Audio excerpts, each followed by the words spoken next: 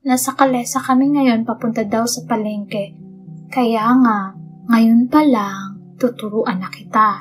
Napapansin ko kasing nawawala ka sa iyong sarili nitong mga nakarang araw. Dagdag pa ni Ina. Gosh, nakakahalata na ba siya? Pagbaba namin sa Calesa, ang daming tao at parang wala naman akong palengking nakikita.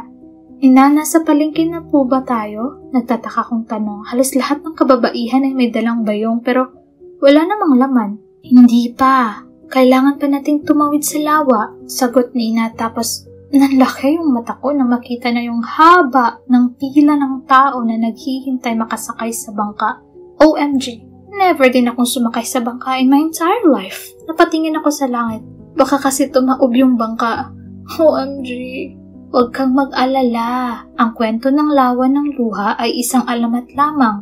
At isa pa, kung natatanaw mo ang dulong iyon, sakop na ng ating hasyenda ang bahaging iyon ng lawa ng luha, sabi pa ni Ina. So ang laki pala talaga ng lawa ng luha. At medyong konting portion lang nun ang sakop ng teritoryo ng mga Monte Carlos. Pangatlo na kami sa pila at kinakabahan na ako. Marunong naman ako lumangoy, kaya lang di ko carry ang lamig ng tubig na yan.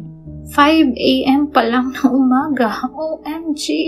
Hindi matutuyo ang lawa kahit gaano ka pa katagal maghintay dyan. Narinig ko ang isang boses ng lalaki na pamilyar sa akin. Paglingon ko, nasa likod pala namin si Juanito. Wow! Anong ginagawa mo dito at paano mo Di ko na natapos yung sasabihin ko kasi biglang nagsalita si Ina. Ang mahalaga nandito ngayon ang Ginoo. Awat ni Ina sa akin. Nafe-feel niya siguro na tatarayan ko si Juanito kaya inunahan na niya ako magsalita at agad niyang initian si Juanito. Pagdating ko sa bahay niyo, nalaman ko na umalis pala kayo ni Doña Soledad. Kaya naisip ko na sundan kayo dito. Paliwanag ni Juanito. Shucks! Ang aga namang magising ng mga tao sa panahong to. Ako nga ay madaling araw na ako natutulog noon. Tapos hapon na ako magigising. Hindi mo naman kailangan sumunod dito. Di ko na naman natapos. Ang sasabihin ko kasi, sinuway ako ni Ina. Kinurot niya yung braso ko. Ouch! Gusto ko lang sanang makita at makasama ka. Kailangan ko pa bang ipaliwanag iyon? Banat ni Juanito habang nakangiti. Anong nangyayari sa akin? Hoy, heart! Huwag kang papalin lang sa kanya. Wow, be strong! Parang biglang lumiwanag ang paligid nung umiti siya. Mag-uumaga na kasi kaya siguro lumiliwanag na talaga ang paligid. Bakit ako kinakabahan? Oo nga pala. First time ko kasi sumakay sa bangka. Naunang sumakay sa bangka si Juanito at agad niyang inalalayan si Ina. At nung ako na yung sasampa sa bangka, bigla niyang inabot ang palad niya sa akin. Napatingin ako sa kamay niya at inabot ko na din yung kamay ko pero pagtapak ko sa bangka, medyo gumalaw ito kaya napahawak ako sa braso niya. OMG, grabe. Ang tigas ng biceps niya. Hindi naman sana sasanay na ako sa norms dito sa panahong to pero bakit parang big deal na sa akin ang hawakan siya? OMG. Maupo na po kayo. Narinig kong sabi ng lalaking magsasagwan. Napabitaw naman ako sa biceps. Aeste sa braso ni Juanito at umupo na ako sa tabi ni Ina at nasa tapat namin si Juanito. Pagpasensyahan mo na Ginoong Juanito. Ito ang unang beses ni Carmelita sumakay ng bangka at magtungo sa palengke. Madalas lang po kasi siyang nasa bahay. Oh, so talagang first time ko din ito at ng totoong Carmelita. Wala iyon. Buti naman at kahit papano ay lumalabas-labas na rin ang binibini. Sagot ni Juanito. Nakangiti pa din siya. Hindi tuloy ako makatingin ng diretso sa kanya. Masaya pala sumakay ng bangka. Medyo magalaw nga lang pero magaan sa pakiramdam. Mahinhin at tunay na kagalang-galang ang aming Carmelita. Kailanman ay hindi siya sumuway sa utos namin ng kanyang ama. Lagi din siyang nagbabasa ng libro at nagtatahi. Sanay din siya sa pagluluto at paggawa ng gawaing bahay at kailanman ay hindi siya nagreklamo sa ibang tao. Dagdag pa ni Ina. Bigla namang napangiti si Juanito. OMG, for sure natatawa siya ngayon kasi puro kabaliktaran ang sinasabi ni Ina. Heist. Napansin ko nga din po na lubos na mahinhin at kaibig-ibig si Binibining Carmeleta. Sagot ni Juanito at napangiti na naman. Yung ngiting parang nang aasar. Binigyan ko lang siya ng shut up look, pero mas lalo siyang napangiti ng todo. Bakit ba ang landi niya? Di ba may kasunduan na kami na hindi matutuloy ang kasal? O baka talagang trip na trip niyang asarin ako. Ayos! Pagdating namin sa palengke, buhay na ang mga tao, abala ang lahat sa pagtitinda at pamimili. Hinawakan ni Ina ang kamay ko habang nasa likod naman namin si Juanito. Pumunta kami sa tindahan ng gulay at nakakatuwang tingnan na halos magkakakilala silang lahat. Lalo na si Ina, kahit pa kabilang siya sa mayamang pamilya at mataas ang kanyang estado sa buhay, tinatrato niya ng mabuti at kinakaibigan ang lahat ng uri ng tao.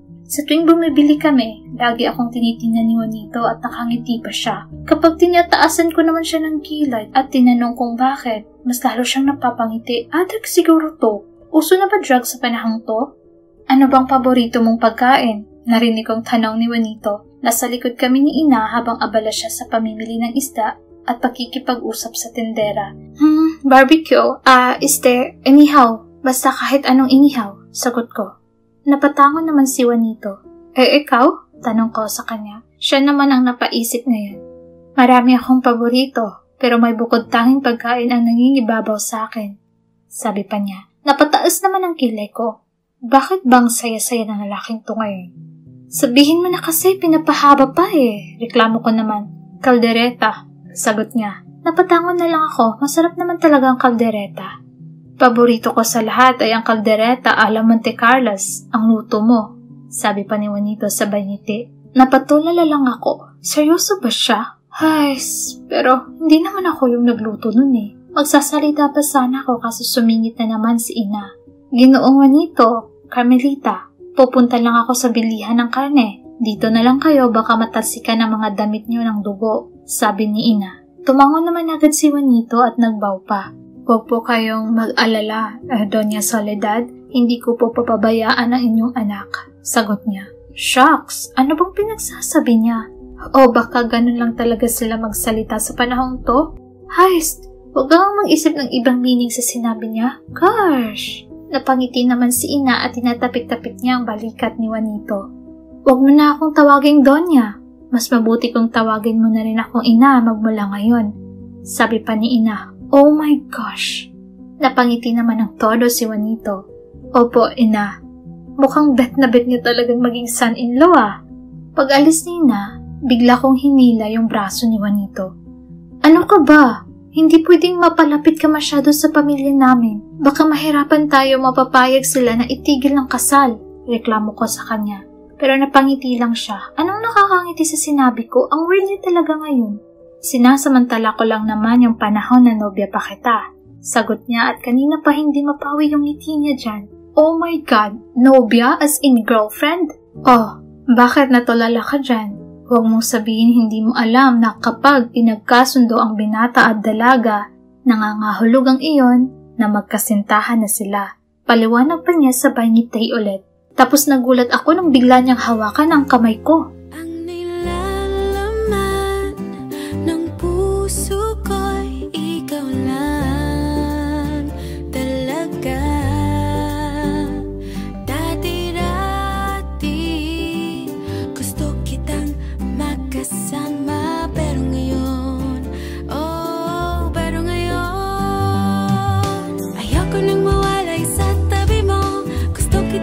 Sa isip ko, ayoko na makita na ika'y nasasaktan. Nalulungkot o kahit na ano pa man. Mahal mo ba siya? Pwede ako na lang at ikaw lang ang nagsimula sa isang ngiti. Pinipilit na ika'y huwag mapansin. Kinikilig, nililito pagkat hindi alam ang gagawin. Kikilos at lalapit ka ba sa'kin o hanggang tinginan na lang ba? Oh, pero ngayon, oh yeah, ako'y umaasa.